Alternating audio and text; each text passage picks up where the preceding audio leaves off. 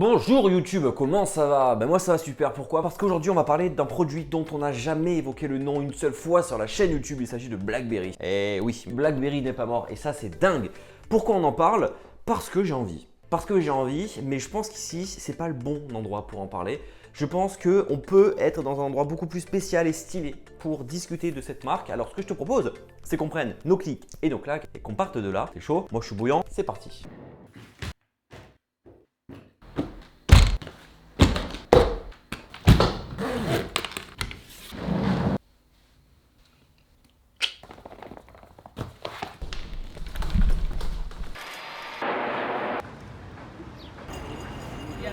Et cet endroit magique, c'est ici. On est à New York avec BlackBerry pour venir découvrir l'annonce du Key2, le tout dernier smartphone de BlackBerry. Ce que je te propose, c'est qu'au lieu de rester devant, on rentre dedans et qu'on aille voir qu'est-ce que ça nous propose. Allez, go!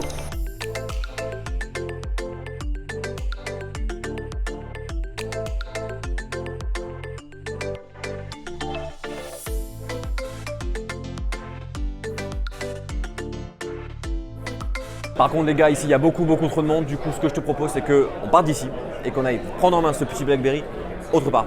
C'est chaud?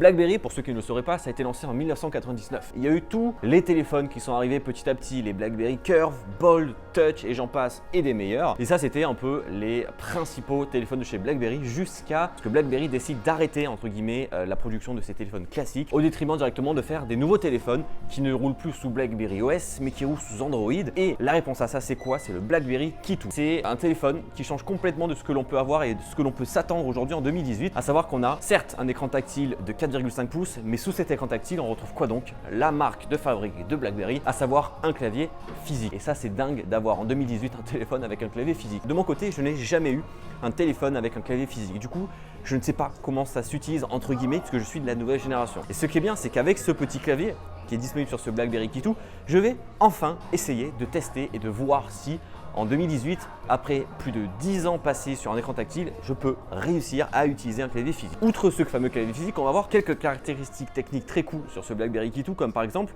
on va avoir déjà un écran de 4,5 pouces dans un form factor au final qui est le même qu'un téléphone classique. C'est-à-dire qu'on a l'écran, on a le clavier, on a un écran tactile, on a une caméra, une double caméra avec le fameux effet bokeh. Et si on reparle du clavier directement, il amène pas mal de fonctionnalités plutôt cool. Premièrement, on va avoir la possibilité en fait de pouvoir scroller sur le clavier, truc hyper bête, mais au final c'est hyper pratique parce que tu as toute ta page internet, tu as ton écran de 4,5 pouces qui au final ne va pas être obstrué par tes doigts pour slider dans des pages internet. Donc tu es sur ton clavier, tu balayes comme ça et tu peux naviguer, c'est hyper cool. Autre point, tu vas avoir le fameux capteur de détection de doigts sous la barre d'espace. Ça, on va pas se le cacher, c'est plutôt marrant. Dernier point intégré à ce clavier, c'est quoi? C'est que tu as cette petite touche en bas à droite avec les petits points qui remplacent la fameuse touche Shift. Et grâce à cette touche, en fait, tu vas pouvoir switcher d'application en application. Tu vas pouvoir déjà paramétrer n'importe quelle touche à n'importe quelle application. Par exemple, le T, si tu appuies dessus quand tu es sur l'écran d'accueil, tu vas pouvoir ouvrir Twitter, le F Facebook, le S Snapchat, le W WhatsApp et j'en passe et des meilleurs. Et bien, si tu appuies sur cette touche et que tu appuies sur T, tu ouvres Twitter. Si tu appuies sur R, tu ouvres, je sais pas, Raspberry, j'en sais rien. Bref, tu vas pouvoir slider et swiper d'application en application. C'est ultra pratique et c'est la nouveauté de ce Key2. On pourra en parler encore pendant des minutes et des minutes, voire des heures, voire des semaines, voire des mois, voire des années de ce BlackBerry Key2, mais c'est une simple petite prise en main.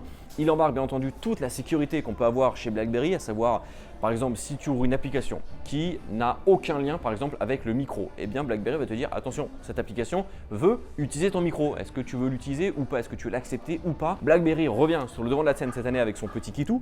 L'année dernière il y avait le Key One. Moi, quand je dis Key2, je suis désolé, mais ça fait plutôt rire qu'autre chose. Mais bon, c'est le nom qu'ils ont choisi. Petite déception sur 2 ou 3 points. Premièrement, il n'y a pas de charge par induction sur ce petit BlackBerry, donc ça, c'est un peu dommage. Deuxième chose, il n'est pas étanche.